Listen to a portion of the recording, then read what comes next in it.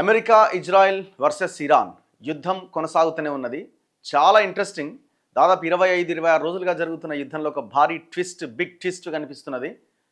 America Iran ముందు ఒక 15 conditions పెట్టింది. అప్పుడు ఇరాన్ ఏం చేసిందో తెలుసా? నువ్వెవడ్రా భయ్ నాకు కండిషన్స్ పెట్టడానికని వాటిని పక్కన పెట్టేసి ఇరాన్ అమెరికా ముందు ఇంకొక 5 డిమాండ్లు పెట్టింది. అంటే ఎట్లా ఉంది చూడండి పరిస్థితి. అగ్రరాజ్యం అని చెప్పుకున్న అసలు ఏం చేసినా నడుస్తుంది. ఖమైనీని మనం చంపేసినాం, ఇరాన్ సుప్రీం లీడర్ని చంపేసిన తర్వాత ఈక్వేషనే మారిపోతుందని ఫస్ట్ అటాక్ చేసి ఖమైనీని చంపేసిన తర్వాత అమెరికా ఇజ్రాయెల్ వ్యూహం తలకిందులైంది. ఎందుకంటే ఇరాన్ చాలా తెలివిగా గల్ఫ్ దేశాల మీద దాడి చేస్తూ ప్రపంచాన్ని తలకిందులు చేసింది. సో దీంతో ప్రపంచ దేశాలన్నీ అమెరికా మీద తీవ్రమైన ఒత్తిడి తెచ్చినాయి. ఇప్పుడు ఇవాళ ట్రంప్ ఒక దోషిగా నిలబడుతున్నాడు ఈ ప్రపంచంలో. ఎవడు స్టార్ట్ చేయమన్నాడు ఈ యుద్ధం? ఎందుకోసం చేసినావు ఈ యుద్ధం? ఎవరి ప్రయోజనాల కోసం చేసినావు? స్టాక్ మార్కెట్లు కుప్పగొలుతున్నాయి. చమురు బ్యారెల్ ధర $100 దాటిపోతున్నది. సో అది $200 చేరుకున్న ఆశ్చర్యం లేదు ఇంకా యుద్ధం కంటిన్యూ అవుతాయి. చాలా దేశాలు, ముఖ్యంగా సూడాన్ ఇట్లాంటి కొన్ని దేశాలు చిన్నపిల్లల మెడిసిన్లకు కూడా చాలా ఇబ్బంది అయింది హాస్పిటల్స్లో. ఎందుకంటే రవాణా లేక ఇంత దారుణమైన సిచ్యువేషన్లోకి ప్రపంచం నెట్టివేయబడ్డది అని ప్రపంచ దేశాలన్నీ అమెరికాని దోషిగా చూపెట్టే ప్రయత్నం చేస్తున్నాయి. సో దీంతో కొంత ట్రంప్ తగ్గినట్టుగా ప్రయత్నం చేసినా ఇరాన్ తగ్గుతలేదు. ఇప్పుడు వాళ్ళు ముందు నుంచి చెప్తున్నారు, యుద్ధం స్టార్ట్ చేసినావు నువ్వు, ఆరంభించినావు నువ్వు, అంతం చేయాల్సింది, క్లోజ్ చేయాల్సింది మేము అని వాళ్ళు చెప్తున్నారు. ఎన్ని సంవత్సరాలైనా మేము యుద్ధానికి రెడీగానే ఉన్నాం, కాల్పుల విరమణకు సిద్ధంగా లేము అనే సంకేతాలు ఇరాన్ ఇస్తున్నారు. సో అందుకే ఎవరిని తక్కువగా అంచనా వేయొద్దు అని ఈ ఘటన ద్వారా మనకి నిరూపితం అవుతున్నది. అమెరికాలో కూడా ధరలు పెరిగినాయట. సో అమెరికాలో అక్కడ పెట్రోల్ రేట్స్ 40% పెరిగినాయి. Oil rates, fuel rates 40% hike అయిపోయినాయి. డిమాండ్ల యుద్ధం, శాంతి చర్చలపై అమెరికా ఇరాన్ చెరోదారి. యుద్ధం నిలిపివేతకు 15 పాయింట్ల ప్రణాళికను రూపొందించిన అమెరికా, పాక్ మధ్యవర్తిత్వంలో చేరవేత, అది తమకు అంగీకారయోగ్యం కాదన్న ఇరాన్. బాబ్ ఎల్ మండబ్ జలసంధిపైన దాడులు చేస్తామని హెచ్చరిక. పశ్చిమాసియా వ్యాప్తంగా కొనసాగిన దాడులు. ఈ ఎర్ర సముద్రంలో ఉన్న ఈ జలసంధి, ఇప్పటిదాకా నడుస్తున్న యుద్ధమేమో ఈ హోర్ముజ్ జలసంధికి సంబంధించిన చర్చ. అక్కడి నుంచి ఆ గల్ఫ్ కంట్రీస్ నుంచి వచ్చేటువంటి చమురంతా కూడా హోర్ముజ్ జలసంధి గుండా రవాణా కావాలి. సో దాంట్లో చాలా కండిషన్స్ పెట్టింది. ఎందుకంటే ఇరాన్ ఆధీనంలో ఉన్నటువంటి జలసంధి అది. ఈ బాబ్ ఎల్ మండబ్ అనే జలసంధి ఎర్ర సముద్రంలో ఉన్న జలసంధి. సో ఈ జలసంధి గుండా చాలా పెద్ద ఎత్తున ట్రాన్స్పోర్ట్స్ జరుగుతాయి. ఈ జలసంధి కిందనే ఈ యూరప్ కంట్రీస్, ఆఫ్రికా కంట్రీస్ సంబంధించిన ఇంటర్నెట్ కేబుల్స్ కూడా అక్కడే ఉన్నాయి. అందుకే నిన్న మొన్న డిస్కషన్ వచ్చింది కదా, చర్చ జరిగింది కదా, ఆ ఇంటర్నెట్ కేబుల్స్ని కనుక, ఎందుకంటే అదంతా కూడా హౌతీ అనేటువంటి ఎర్ర సముద్రంలో ఉన్న ఈ జలసంధి అదేదైతే ఉందో అది హౌతీ అనేటువంటి ఒక ఉగ్రవాద అంటే కార్యకలాపాలు అంటుంటారు. ఇంకా వేరే దేశాలు వాళ్ళు అంటుంటారు అది మా దేశ ఇష్యూస్ మీద వాళ్ళు కొట్లాడతారని. ఈ హౌతీల యొక్క ఆధీనంలో ఉన్నటువంటి జలసంధి అది. సో ఈ హౌతీలు ఇరాన్కి మద్దతుగా నిలబడుతున్నారు. సో ఇది కూడా దీని మీద కూడా అటాక్ చేస్తే సిచ్యువేషన్ ఏంటి, ఇంకా వరస్ట్గా తయారయ్యే అవకాశం ఉంది. సో ఇరాన్ అన్ని ప్లాన్లు వేసుకొని వాళ్ళు రెడీగా కూర్చున్నారు. మీరు యుద్ధం స్టార్ట్ చేశారు, చేయండి, 7 దాకా అయితే 6 దాకా. సో దీంతో అమెరికాకి ఏం చేయాలో కూడా అర్థం కానటువంటి పరిస్థితి. ఎట్లా ఈ యుద్ధాన్ని ఆపాలి అన్న దాంట్లో ఉన్నారు ఇప్పుడు. పశ్చిమాసియాలో పరిస్థితులు నానాటికి మరింత ఉద్రిక్తంగా మారుతున్నాయి. ఇరాన్తో చర్చలకు ముందుకొచ్చిన అమెరికా అధ్యక్షుడు డొనాల్డ్ ట్రంప్ యుద్ధాన్ని నిలిపేసేందుకు 15 పాయింట్ల ప్రణాళికను తాజాగా ఆ దేశం ముందుంచిండు. అణ్వస్త్ర తయారీ ప్రణాళికలను టెహ్రాన్ ఉపసంహరించుకోవడం, అంతర్జాతీయ ఇంధన రవాణాకు కీలకమైన హోర్ముజ్ జలసంధిని ఎప్పుడూ తెరిచి ఉంచడం, ఇలాంటి కీలక అంశాలు అందులో ఉన్నాయి. అయితే ఆ ప్రణాళికను ఇరాన్ తిరస్కరించింది. తమ పైన ఆంక్షలు పూర్తిగా ఎత్తేయడం, గల్ఫ్లో అమెరికా సైనిక స్థావరాలన్నింటినీ మూసేయడం వంటి తమ డిమాండ్లను అంగీకరిస్తేనే యుద్ధం ఆపుతామని బదులివ్వడం ద్వారా అగ్రరాజ్యానికి గట్టిగా షాక్ ఇచ్చింది. ఈ 15 పాయింట్ల ప్రణాళికను ఇరాన్ తిరస్కరించినప్పటికీ చర్చలకు దారులేమీ మూసుకుపోలేదని అమెరికా పేర్కొన్నది. మరోవైపు ఇరాన్ పైన వైమానిక దాడులను ఇజ్రాయిల్, గల్ఫ్లో పొరుగు దేశాలపైన దాడులను ఇరాన్ బుధవారం కొనసాగించినాయి. ఇజ్రాయిల్ ఏమో ఇరాన్ మీద, ఇరాన్ ఏమో గల్ఫ్ కంట్రీస్ మీద అటాక్ చేస్తున్నది. క్షిపణి అణ్వాయుధ కార్యక్రమాలే లక్ష్యంగా యుద్ధం నిలిపివేతకు రూపొందించిన ఈ 15 పాయింట్ల కాల్పుల విరమణ ప్రణాళికను మధ్యవర్తిత్వం జరుపుతామంటూ ముందుకొచ్చిన పాకిస్తాన్ ద్వారా ఇరాన్కు ట్రంప్ చేరవేసిండట. ఆ ప్రణాళికలోని పూర్తి వివరాలు ఇంకా బహిర్గతం కాలేదట. అయితే ప్రధానంగా ఇరాన్ ఈ బాలిస్టిక్ క్షిపణి కార్యక్రమాలు, అణ్వాయుధ తయారీ ప్రణాళికలను అడ్డుకోవడమే లక్ష్యంగా దాన్ని తయారు చేసిరట. అంటే అసలు యాక్చువల్గా ట్రంప్ కానీ ఇజ్రాయెల్ కానీ ముందు నుంచి ఇరాన్ మీద ఎందుకు యుద్ధం చేస్తున్నారంటే వాళ్ళు అణ్వాయుధాలు తయారు చేస్తున్నారు, అది ప్రపంచ దేశాలకి చాలా ముప్పుగా పరిణమించే అవకాశం ఉంది, పక్కనే ఉన్న మాకు చాలా ఇబ్బంది అని ఇజ్రాయెల్ ట్రంప్ని ఉసిగొల్పింది. ఆ ఇజ్రాయెల్ ట్రాప్లో ట్రంప్ పడ్డాడు. అట్లా యుద్ధం స్టార్ట్ అయింది. ఇప్పుడు అడుగుతున్న డిమాండ్, అమెరికా అడుగుతున్న డిమాండ్ కూడా మీరు అణ్వస్త్రాలు తయారు చేయొద్దు అన్నది ఫస్ట్ డిమాండ్ కింద పెట్టిరట.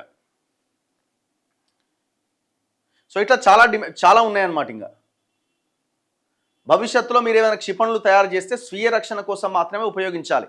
ఇరాన్ తన అమ్ముల పొదిలో ఉండే బాలిస్టిక్ క్షిపణుల సంఖ్య, వాటి పరిధి పైన పరిమితులు విధించుకోవాలి. ఒప్పందంపై చర్చించేందుకు వీలుగా నెల రోజుల పాటు కాల్పుల విరమణ పాటించాలి అని చెప్తున్నారు. పై ప్రతిపాదనకు అంగీకరిస్తే ఇరాన్ పైన అంతర్జాతీయ ఆంక్షలను అమెరికా పూర్తిగా ఎత్తేస్తుంది. విద్యుత్ ఉత్పత్తి వంటి పౌర అణు కార్యక్రమాల్లో టెహ్రాన్కు అండగా నిలుస్తుంది. బుషేహర్ ప్లాంట్లో కూడా విద్యుత్ ఉత్పత్తికి సహాయం చేస్తుంది. సో దానికి ఇరాన్ ఏమన్నది?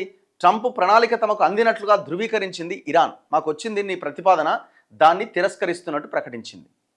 యుద్ధం ముగించాలని తాము కోరే ప్రసక్తే లేదని స్పష్టం చేసింది. బాలిస్టిక్ క్షిపణి కార్యక్రమంపై పరిమితి విధించడం వంటి కొన్ని ప్రతిపాదనలు తమకు ఎప్పటికీ అంగీకారయోగ్యం కావని టెహ్రాన్ చెబుతున్నట్టుగా తెలుస్తోంది. చిత్తు కాగితం ఇది, చింపి అవతల పడేస్తున్నామని చెప్పింది ఇరాన్ సింపుల్గా. టెహ్రాన్ డిమాండ్లు ఏంటంటే గల్ఫ్ ప్రాంతంలో అమెరికా సైనిక స్థావరాలన్నింటినీ మూసేయాలి. వీళ్ళు డిమాండ్స్ పెట్టిన అమెరికాకి గల్ఫ్లో ఉన్నటువంటి అమెరికా సైనిక స్థావరాలు మొత్తం మూసేయాలి. ఇప్పుడు ఏవైతే ఆ స్థావరాల మీద 27 28 ఉన్నట్టుని ఆ స్థావరాల మీద ఇరాన్ అటాక్ చేసిందో అవన్నింటినీ మీరు క్లోజ్ చేసుకోండి. ఫస్ట్ ప్రస్తుత యుద్ధంలో జరిగిన నష్టానికి ఆర్థిక పరిహారం చెల్లించాలి. మాకు చాలా నష్టం జరిగింది మీరు వేసిన బాంబుల వల్ల, ఇజ్రాయెల్ అండ్ అమెరికా చేసిన ఈ వైమానిక దాడుల వల్ల ఆ నష్ట పరిహారం మాకు ఇవ్వాలి అంటున్నారు. హెజ్బొల్లా పైన దాడులు ఇజ్రాయెల్ నిలిపేయాలి.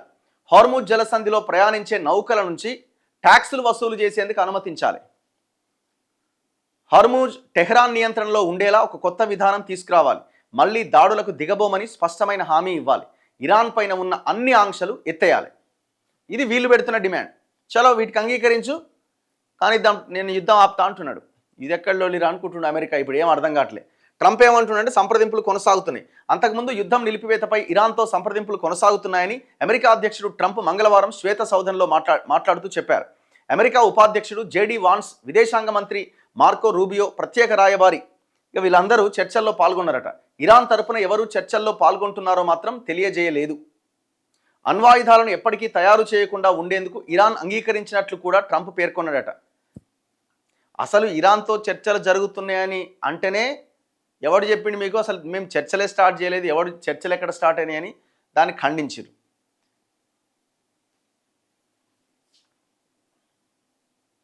ఇగో ఇరాన్ క్షిపణి దాడితో ఇజ్రాయిల్లోని నేబ్రాక్లో ధ్వంసమైన ఒక ఇల్లట. కువైట్లో, అంటే ఈ గల్ఫ్ కంట్రీస్లో కువైట్లో అంతర్జాతీయ విమానాశ్రయంపై డ్రోన్ దాడి జరగడంతో వెలువడుతున్న పొగ అట.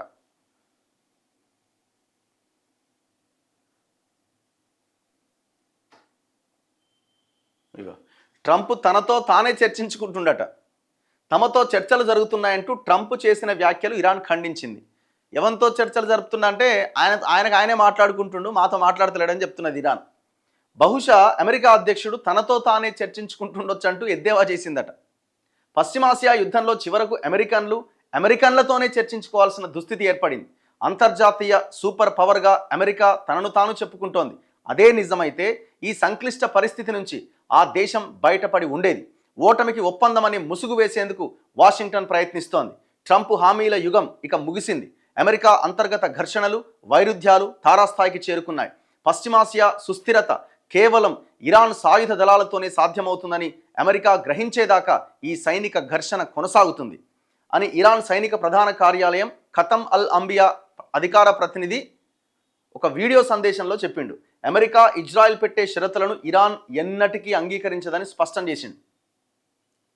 ఇగో అమెరికా ఇజ్రాయెల్ కనుక వాళ్ళు ఎంత గట్టిగా చెప్తున్నారంటే, అమెరికా ఇజ్రాయెల్ కనుక ఇట్లాగే దాడులు కొనసాగిస్తే వ్యూహాత్మకంగా కీలకమైన బాబ్ ఎల్ మండబ్ అనే జలసంధి పైన దాడులు చేస్తామని ఇరాన్ తాజాగా హెచ్చరించడం కలకలం రేపింది. ఇరాన్ మద్దతున్న హౌతీలు గతంలో ఈ జలసంధి వద్ద దాడులు చేసినాయి. నేను ఇంతకుముందు చెప్పిందనమాట. అది కనుక హోర్ముజ్ జలసంధిలాగా ఆ జలసంధిని కూడా మార్చేస్తే ప్రపంచం మొత్తం కింద మీద అయిపోతుంది, ఆగా ఉంటుంది ఇక. సో వాళ్ళు నిన్న ఒక వీడియో రిలీజ్ చేసింది ఇరాన్. నువ్వు ఎవరితో చర్చలు జరుపుతున్నావు, నీకు నువ్వే మాట్లాడుకొని మాతో డిస్కస్ చేసినావు అని అంటున్నావు. అంతా చెత్త ఇదంతా కూడా. అమెరికా ఓటమిని అంగీకరించలేక ఈ ప్రయత్నం చేస్తున్నది. యుద్ధం ఆగే సమస్య ఏం లేదు అని వాళ్ళు చెప్తున్నారు. అంటే ఎంత స్ట్రాంగ్ ఉన్నారు చూడండి ఇక కథ. సో ఇట్లా ఈ పరిస్థితిలో మార్పు లేకపోగా, యుద్ధం ఆగకపోగా ఇంకా దారుణమైన సిచ్యువేషన్లోకి వెళ్తున్నది. మరి ఏడు దాకా పోద్దన్నది చూడాలి. మనది దళారీ దేశం కాదు, పాకిస్తాన్ మాదిరిగా వ్యవహరించలేం, యుద్ధాన్ని ఆపాలని ట్రంప్నకు మోదీ చెప్పారు.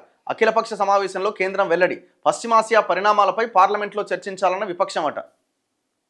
ఎందుకంటే పాకిస్తాన్ ఇప్పుడు మధ్యవర్తిత్వం వహించింది కదా, ట్రంప్ పాకిస్తాన్ ద్వారానే ఇరాన్కు సమాచారం చేరవేసిండు కదా. సో మనం కూడా డిస్కస్ చేయాలి అని అంటే వాళ్ళకి మనం దళారీ దేశం కాదని ప్రధానమంత్రి బీజేపీ కేంద్రం అన్నదట. సరే ఏం చేస్తారో ఫస్ట్ ఇప్పుడు ఈ సమస్యలకి పరిష్కారం ఏందో ఆలోచించండి.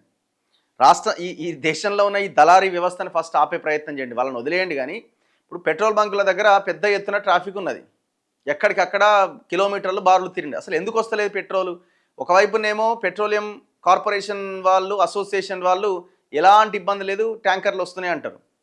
మరి కారణం ఏంది, ఎందుకు ఈ సమస్య వస్తున్నది అని అంటే క్రెడిట్ లిమిట్ గురించి చెప్తున్నారు.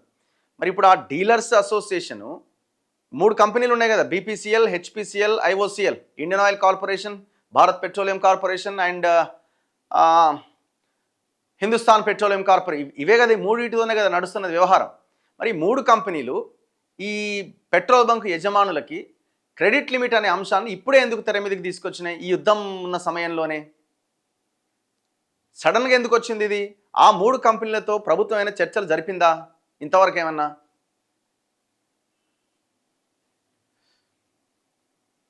యుద్ధంతో అమెరికాలో కూడా ధరలు పెరిగినాయట. సూక్ష్మ, చిన్న, మధ్య తరహా పరిశ్రమలను ఎగుమతుల చైన్లోకి తీసుకొస్తేనే ఆర్థిక వృద్ధి. ఎవరో ఆయన ఇంటర్వ్యూ ఇచ్చిండ, ప్రముఖ ఆర్థికవేత్త అరవింద్ సుబ్రహ్మణ్యన్ అట.